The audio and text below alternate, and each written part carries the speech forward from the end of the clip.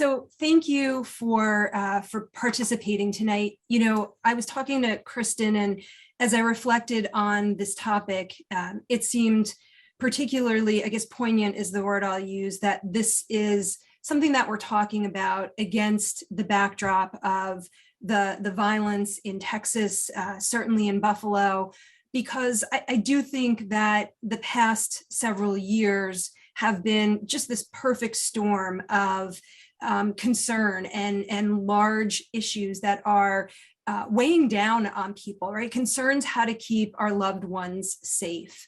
The pandemic, the stress associated with the personal loss so many people have experienced, the loss of connection that we've had from colleagues that we've been separated from, increased, political divisiveness. I had written, violence in the schools, not knowing just how heavy that would be as, I opened the discussion tonight.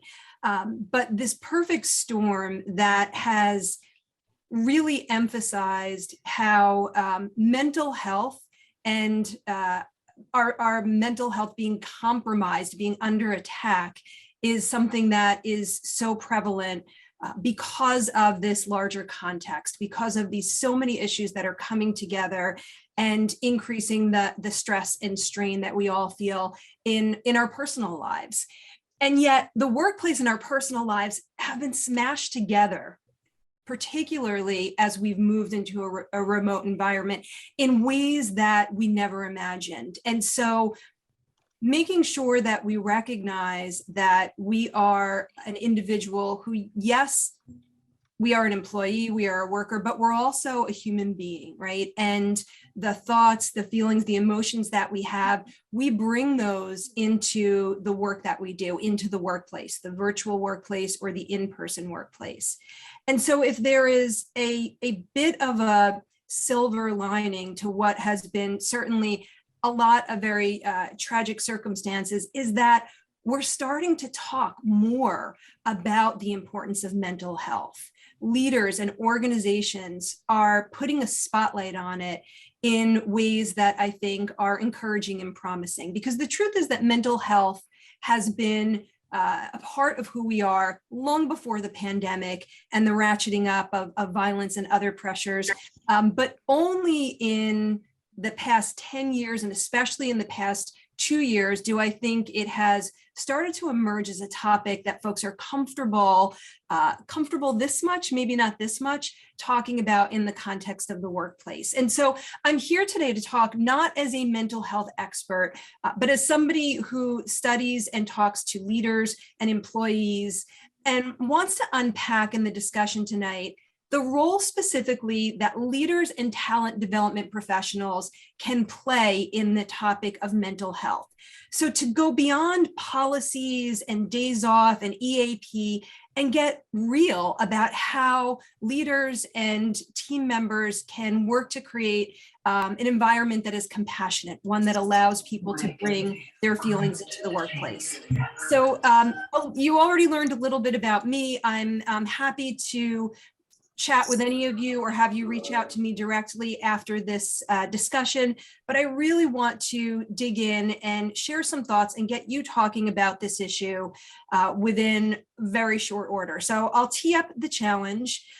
We will go into a breakout, and then on the back end after the breakout, I want to offer the ways in which I think leaders and talent development professionals can start to do more than dip their toe in the water of mental health. You can really become a part of the solution with your coworkers and with the teams that you lead. So the first thing I wanted to do was just get us started with a poll to say, how comfortable are you talking about issues of mental health with your coworkers? So I know that John's going to open up a poll. How comfortable are you with this? And I ask because it's still an area that many folks are not comfortable broaching in the workplace. And it's for a couple of reasons, right? Some folks say, well, that's for a subset of the population, right? Mental health isn't something that impacts all of us, which is not true. If you are a living, breathing human being and you have physical health, you have mental health as well. So mental health is not for a subset of the population.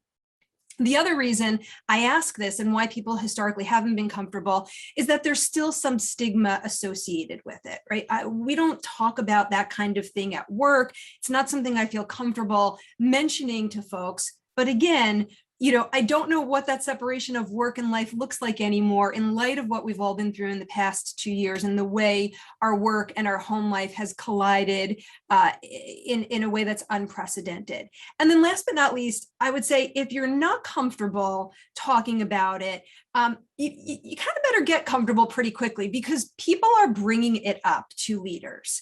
They may not be always talking about the word mental health or mental well-being, but they are going to bring it up when they talk about the level of stress that they have. When they make decisions to exit the organization because of that stress, they are absolutely shining a light on it. So I think there are many, many good reasons for folks to increasingly get comfortable with this. And so if we look at the results from the poll, it looks as though, and I purposely made this one anonymous and not a chat because I wanted to give you the opportunity to say, you know what, I'm not comfortable with this yet, or, I'm not really sure. Those numbers, I think, reflect the reality. People are getting more comfortable, but there's still this uncertainty around what does this mean I need to do, or how do I need to show up for my people if I want to embrace these conversations and be a part of the solution.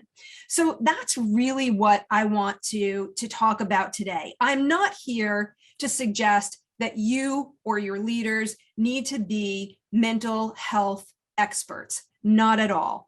And I'm not asking folks to become a therapist for their team members, their colleagues, their clients, the folks that they lead. What I am saying is we need to open up this conversation. We need to increasingly get comfortable talking about feelings, talking about the emotions and the other components of our lives, and really start destigmatizing the conversation. So if leaders, if you working with your team members or with your clients, begin to just broach the subject and get comfortable with the notion that this is relevant, it's important, it's a part of who we are, and it's part of the people you interact with, it's part of who they are, that would be a fantastic first step. So it's not about making people mental health experts. It is about becoming increasingly comfortable, creating space for people to share their feelings and destigmatizing the conversation. So I want to set that right from the start. So with that, what's our agenda? What's our roadmap? I'm trying to keep an eye on the chat as well here to see if folks, so it looks as though Beth is saying, how do those responses compare overall?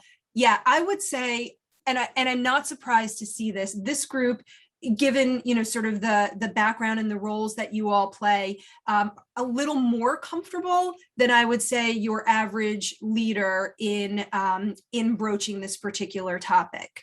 And so I would say this group is maybe a little bit more enlightened, a little more comfortable than what I have typically seen in the research. So with that as the agenda, and keeping an eye on the chat as well, or with that as the tee up, here's the agenda. I want to cover the difference between mental health and mental illness. And we touched upon this just a little bit at the outset. I want to make the case for why mental health matters at work, and then talk about how talent development professionals and leaders can be what I call all in on mental well-being: aware, listen, learn, inquire, and non-judgmental. So this is not about the policies. This is not about adding additional mental health days to your calendar or EAP services or mindfulness apps. What I really want to focus on is what can we do in those interactions we have with our people, in those micro moments, to show up in a way that lets them know we're comfortable talking about this and talking about who they are as a person, their physical well-being, as well as their mental wellness. So let's talk quickly about what the difference is between the two. So first of all, when we're talking about mental illness, we're talking about a diagnosable medical condition. And typically it will manifest itself as challenges in the way someone thinks, their emotions, their behaviors. And it can cause distress, and problems functioning in work and in life. That's not what I'm asking leaders or talent development professionals to lean into, right? There are professionals who handle that, and certainly that's an appropriate domain for them. When I talk about the leader's role, the talent development professional's role, the team member's role in mental health, I'm talking about mental health, as our emotional, psychological, and social well-being. So it's the state of well-being in which individuals can function in their daily lives. They recognize that they have abilities to cope on a regular basis with the stresses and challenges of everyday life, and to work productively. And you might wonder, although given the context of yesterday, you might not, why is this coming up now, right? Didn't people always have stressors in their life? Didn't we always worry about the safety and the well-being of our families?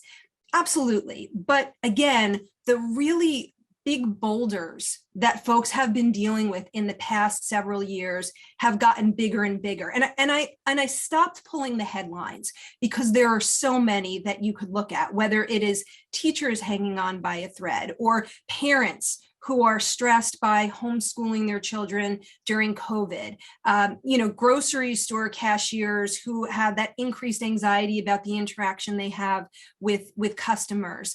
There are these large boulders that have really challenged and for many compromised our mental health. And, this certainly hits me between the eye in a very personal way, right? I have an 8-year-old, and I may have always worried about my child, right? That's a rite of passage as a parent. From the moment they come out, you worry about them. But typically, and did I put lunch in the backpack? Does he have a permission slip? Once he got to school, you could kind of say, all right, you don't have to worry about them, and you can focus on the work that you need to do. You can be productive. Well, now, much like other parents, I worry, is he safe from violence? Is somebody going to come into the school? Did he sit too close to somebody, and is he catching COVID from that individual? Or my daughter, is she, on social media and being bullied right now? So this sort of always on anxiety, this feeling as though it's very hard to tune out some of these strong pressures and tune into what you need to do at work or to be productive as an employee. That drumbeat is getting louder and louder. And I hear it also in the employees that I talk to, especially as folks are transitioning into a hybrid environment or a return to office. They're worried about, how am I going to do this now that I have to be in the office 2 days a week? I had a child in the past 2 years. I adopted a pet. I have a compromised elderly parent. And now I have the anxiety and the stress of returning to work. So these, again, pressing issues are pressing down on us in even more significant ways. And I think it's increasingly difficult to shut them off. And there is no individual or group that is untouched by these increasing elements of anxiety and stress that we have. So why should you care about this, though, right? Back to that question of, isn't this something that is, I recognize, I hear you, these are anxieties and pressures that people feel, but I'm a leader, I'm a talent development professional. My job is to get people to do their work every day, right? To be productive.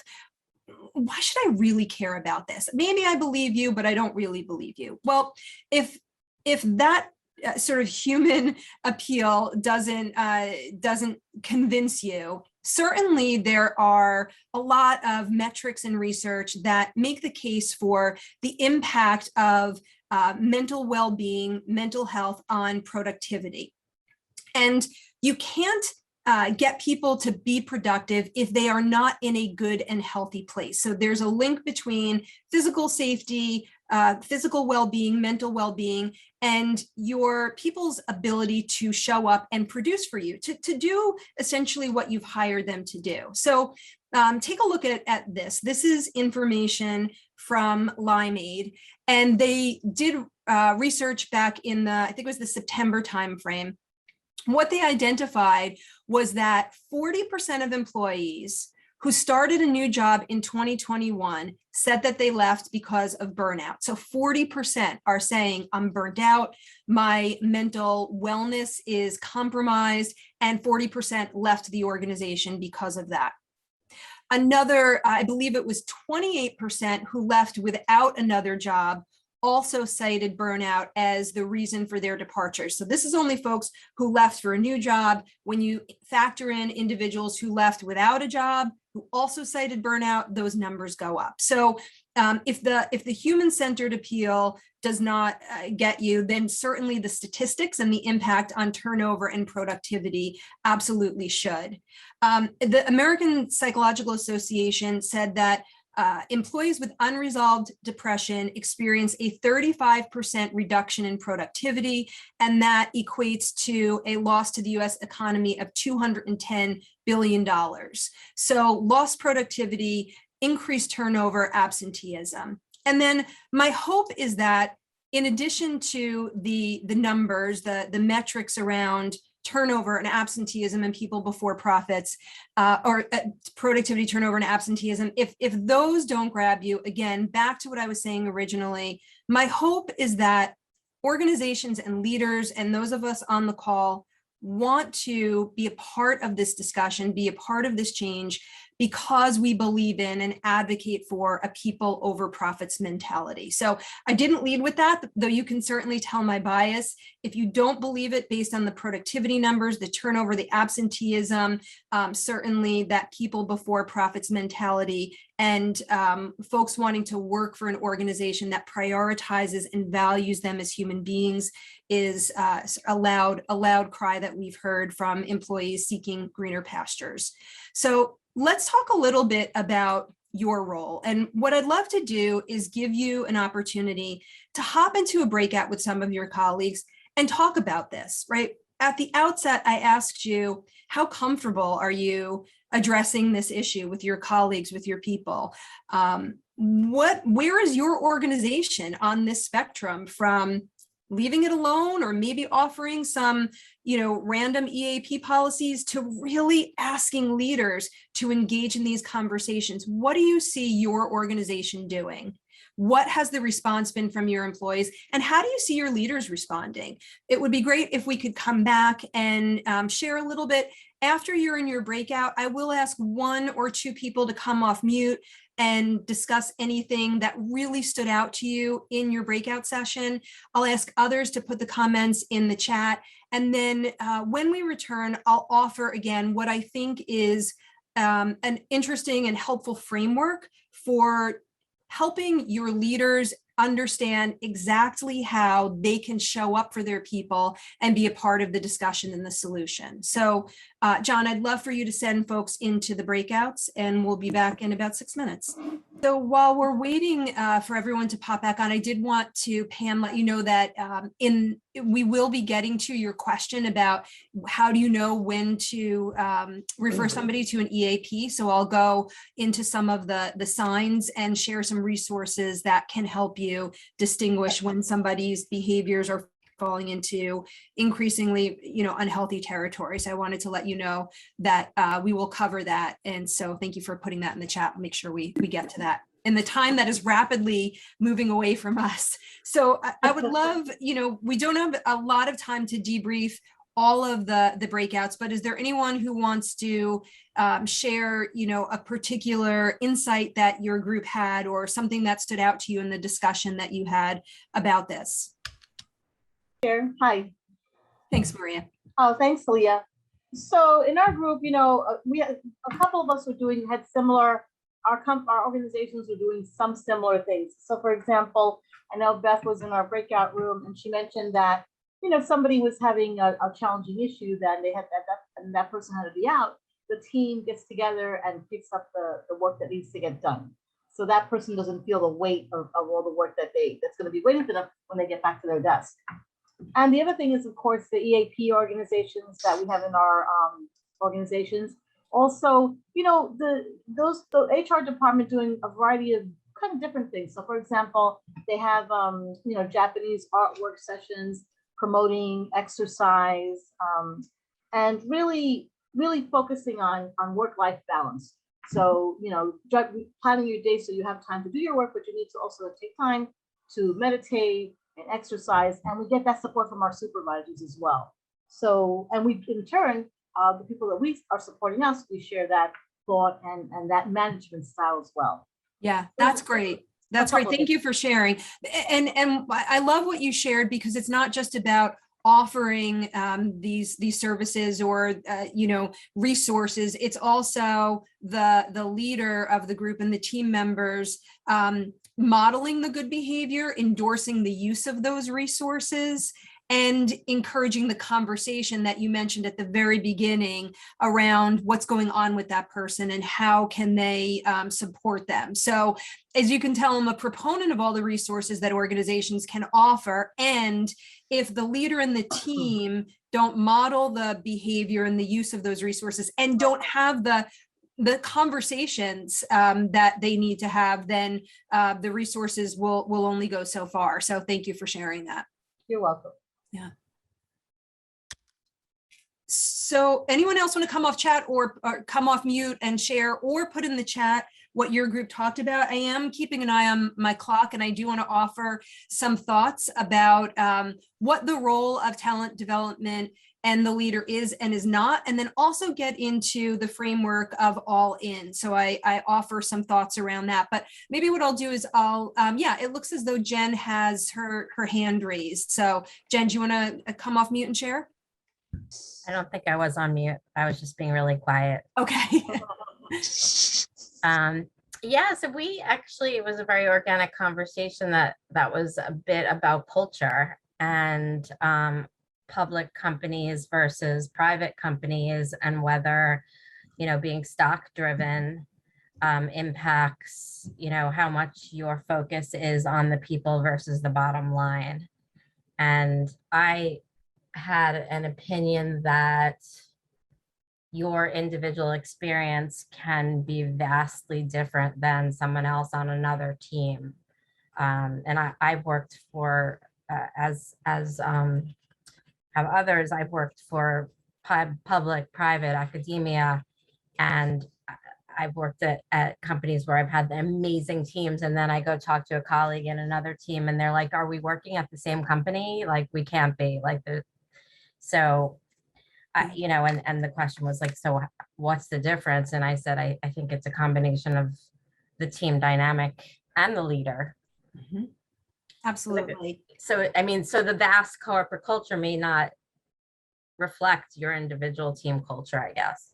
Yeah, absolutely. And thank you for sharing that. And it looks like Christine is endorsing that as well, right? So precisely what was just put in the chat, I think echoes the sentiment that you just shared as well, right? That disparate experience is highly dependent on the leader and the team dynamics as well. And I do think that leader especially plays a critical role, right? There where the rubber meets the road, organizations can establish policies, but oftentimes it's up to the leaders to understand how to implement those policies at the local level. And they're the ones who are going to understand, hopefully more so than anyone other than other teammates, what that employee's reality is. What are those pressures and those stressors that they have going on in their lives in a very specific and real way. So thank you for sharing. One quick addition that I think is Please. really important to bring up is we also talked a bit about if you're a consultant versus in-house, and nowadays, that's huge, right? So do they have the same availability of benefits? Are they treated the same way? Yeah. And what did you conclude in your discussion? I don't know that we did. But you named it. You named it. We didn't come up with a conclusion on that one. Okay.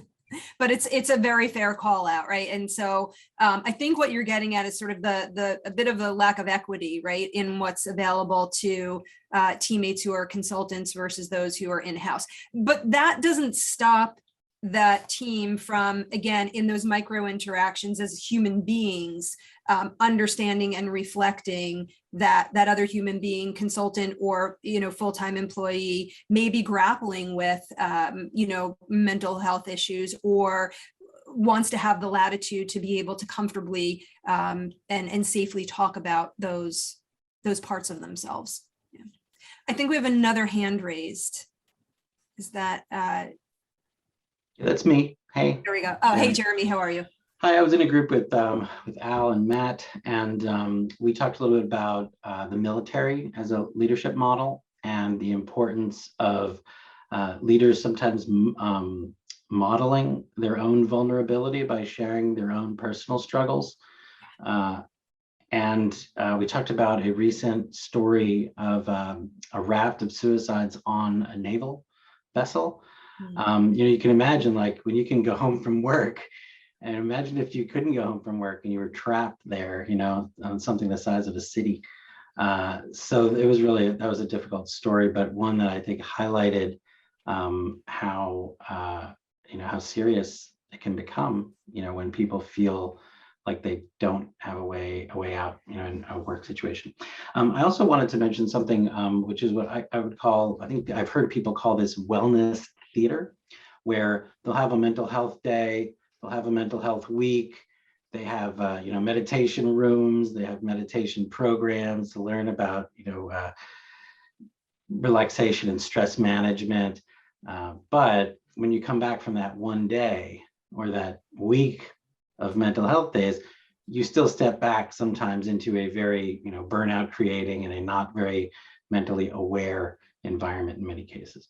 Absolutely. And what you just hit on is why I'm so passionate about this topic, because if it's not in the micro interactions, if it's not happening with the leader and the team members, then you're right. It is just it is theater, right? It's a day here, it's an EAP program, it's yoga. But what I believe is where we need to go is, again, through the leader, through the team member, having these conversations, engaging comfortably in dialogue, giving people the space to bring their feelings to the workplace, that will make the difference. And, I also wanted to acknowledge that article that you mentioned and that story.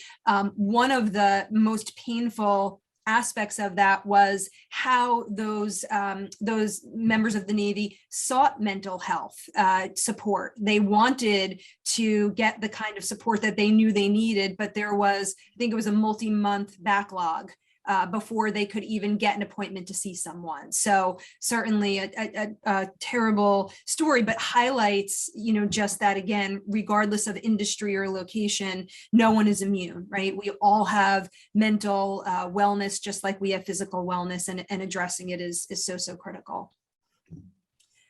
So I could spend multiple hours talking about this topic, and I wish it was a 2-hour session, because I think there's a lot of richness in what you're sharing, and I want to thank you for your contributions.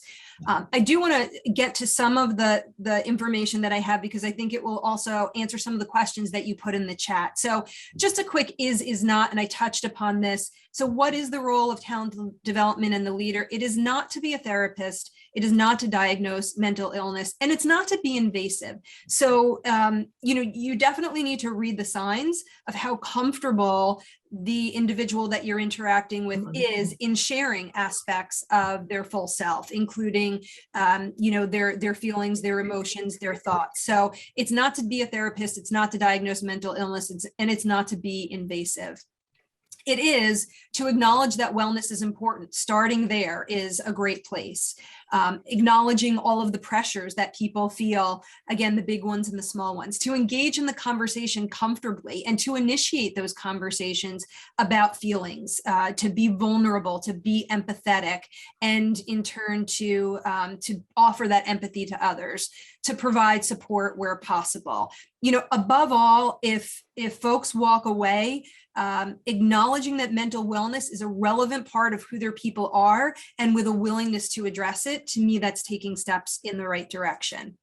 So what do we want leaders to be? Quick framework that I came up with all in. We want them to be aware. We want them to listen, to learn, to inquire, and to be, above all, I would say, non-judgmental in those conversations. So I'm going to break those down. While I break them down, I'd love for you to put in the chat, what are some, yeah, and Matt, that's a great point. Not all workplaces and leaders can embrace this style. As much as I have a lot to cover, that is too tempting a comment for me to move past. Can you say more about that? Yeah, Matt, you were breaking up a lot. Please, I'd love to know more about your thoughts here. If you could put that in chat, that would be great. And Paul, yeah, I do agree. Having those sidebar conversations while working remotely and engaging in what might be a more sensitive topic can be harder in that across that digital divide. So I do want to acknowledge that. I'd love for you to put, as we talk about the first step of all in and aware is the first, what are some of the signs that you've seen that your colleagues or teams are under stress? What are the signals or the signs that you've been noticing? If you can put those in the chat, I would greatly appreciate that. And I'll go through a little bit here and leave some time at the end for additional conversation. So aware, what do I mean by that? What do you hear? And it's not just in the overt conversation that an employee may have about being stressed or I'm worried about coming back into the office and getting COVID. It's also it's being very sensitive to those little comments that they make. I'm burnt out. I'm fried, right? And how can you seize on those little hints to say, on a scale of 1 to crispy, how bad are you?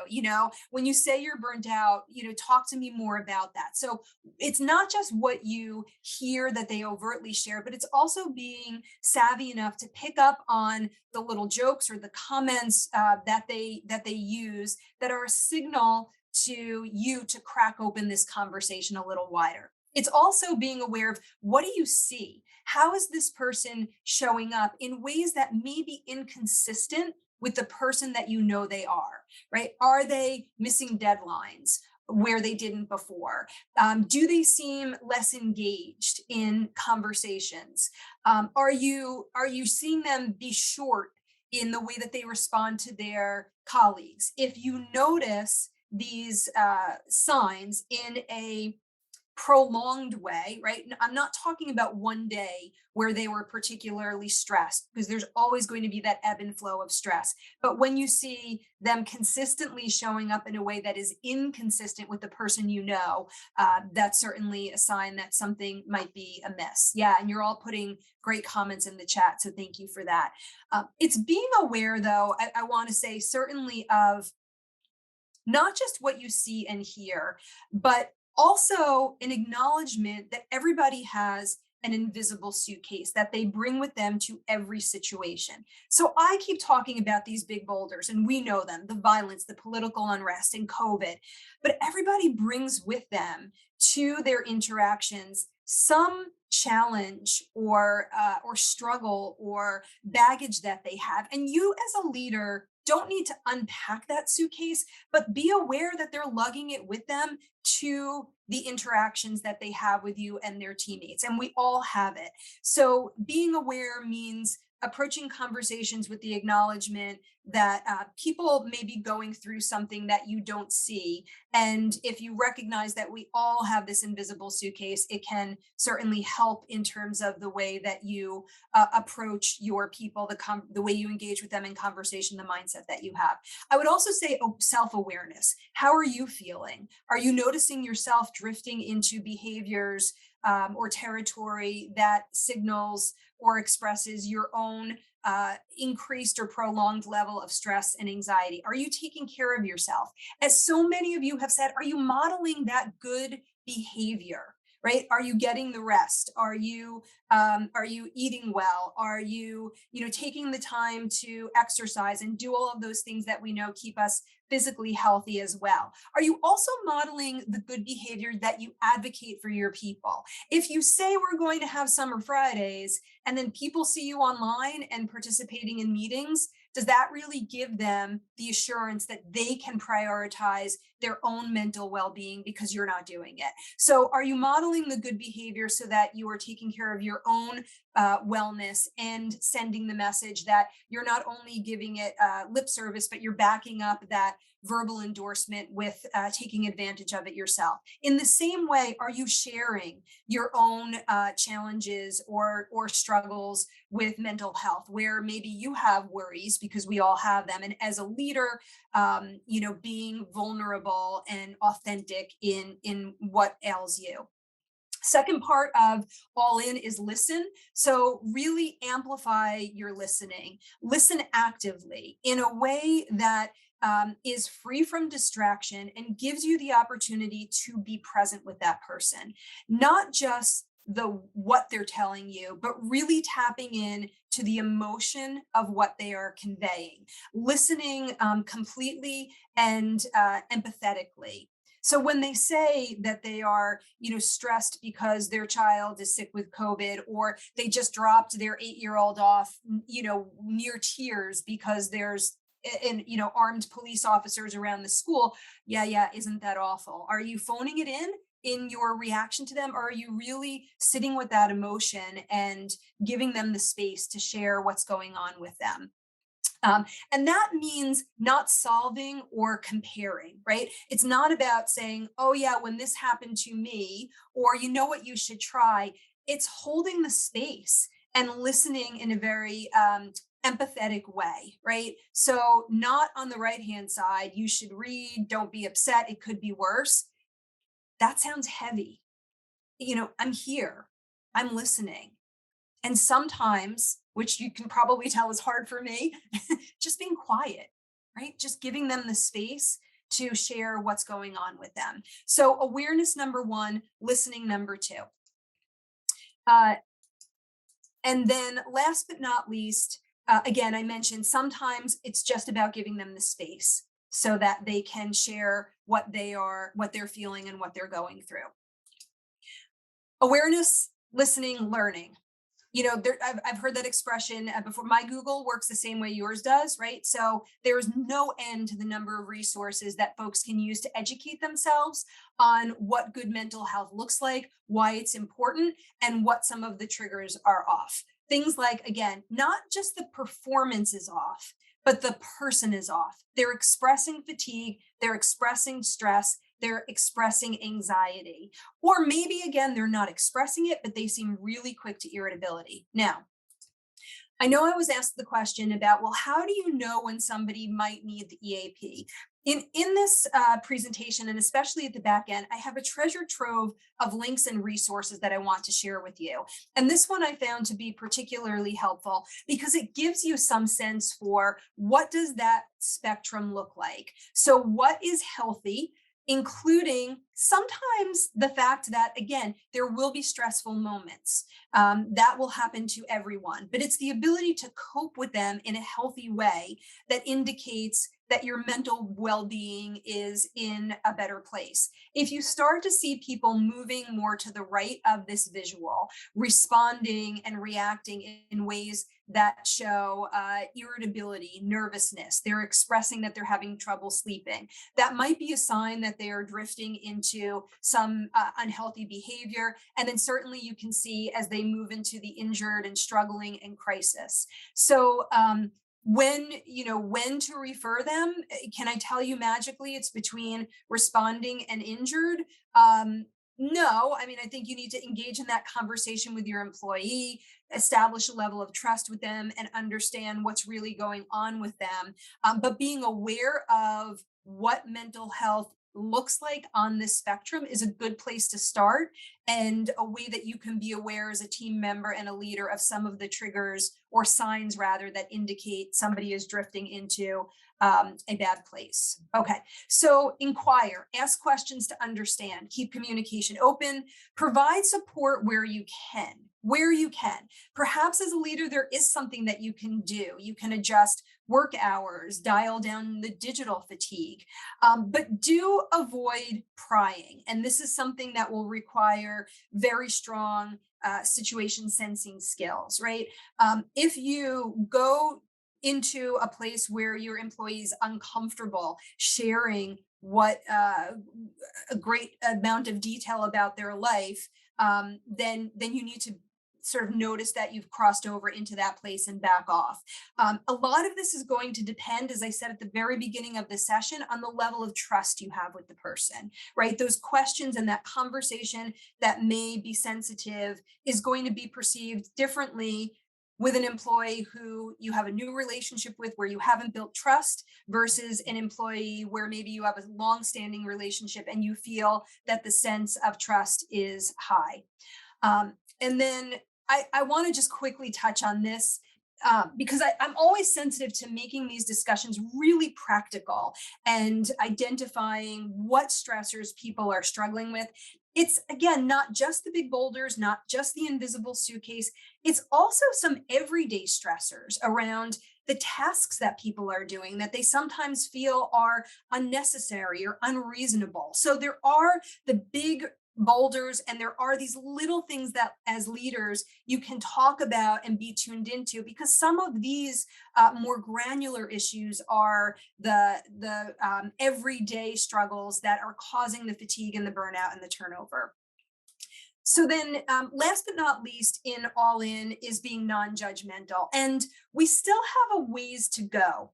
Right? If you take a look at this information from the American Psychological Association, what I want to point out is this part over here on the right. I would view someone differently if I knew they had a mental health disorder. People with mental health disorders scare me.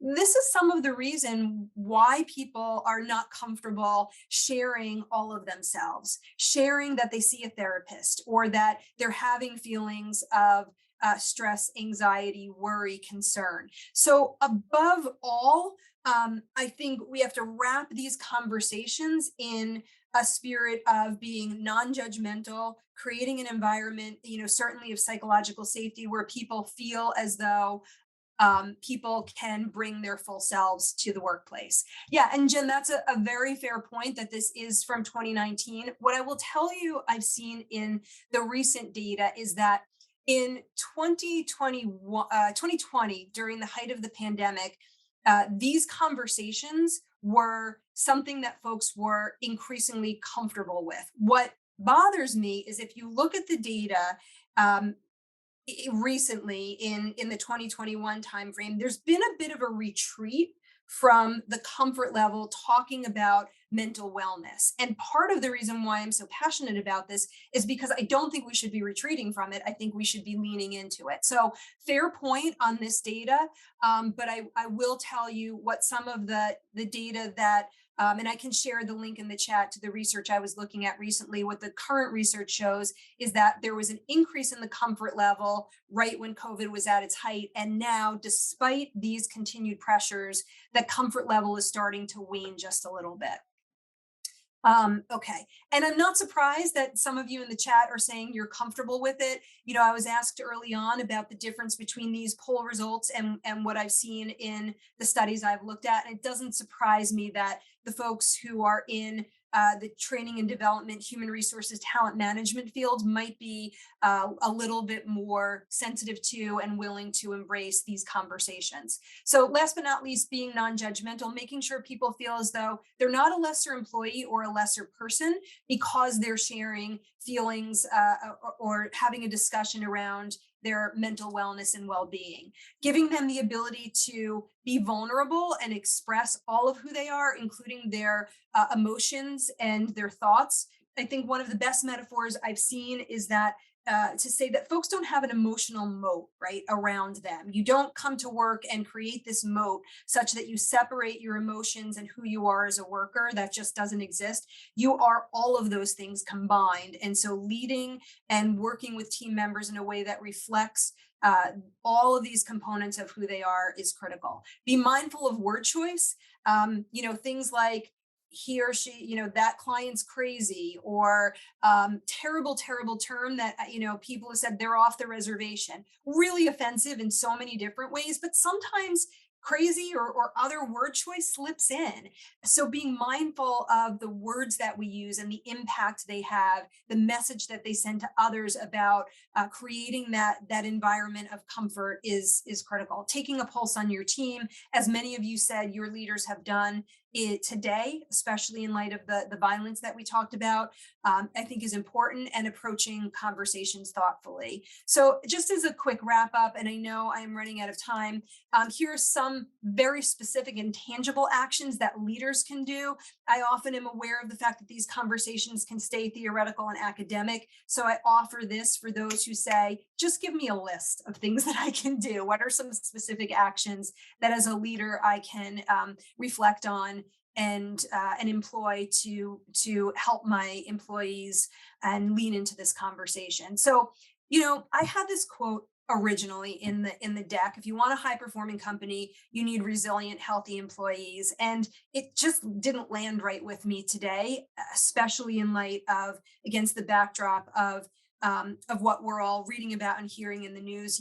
I think about Fred Rogers, and for me, this quote was a better one to end with tonight. In times of stress, the best thing we can do for each other is to listen with our ears and our hearts, and be assured that our questions are just as important as our answers. And I think that this was such a great way to really emphasize the need to be there for each other, to engage in this conversation, to listen, and to let folks know that we care about who they are, all parts of themselves.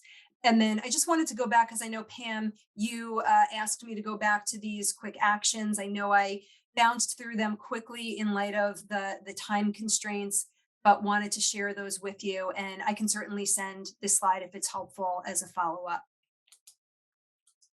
I know we do have a takeaway, Kristen, that we're going to share. So folks will get some of the critical elements of the discussion today.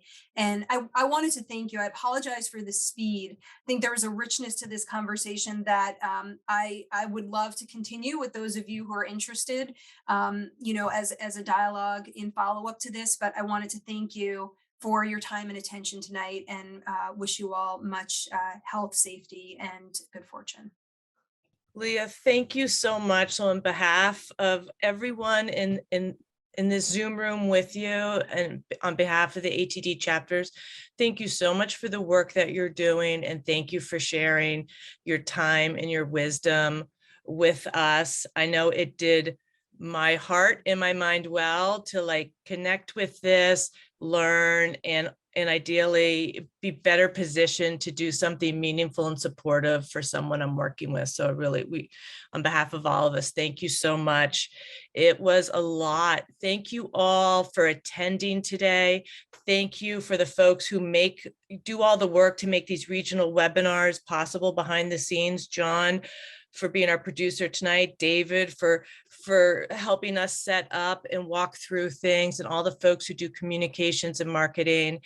And thank you all. Hopefully we'll see you at the June 29th regional webinar around breaking through mental obstacles. And I really encourage folks who want to learn more to follow up with Leah and learn more about her work. And have a good evening, and really take good care of yourselves. Practice self-care. Take good care of yourselves. Thank you all.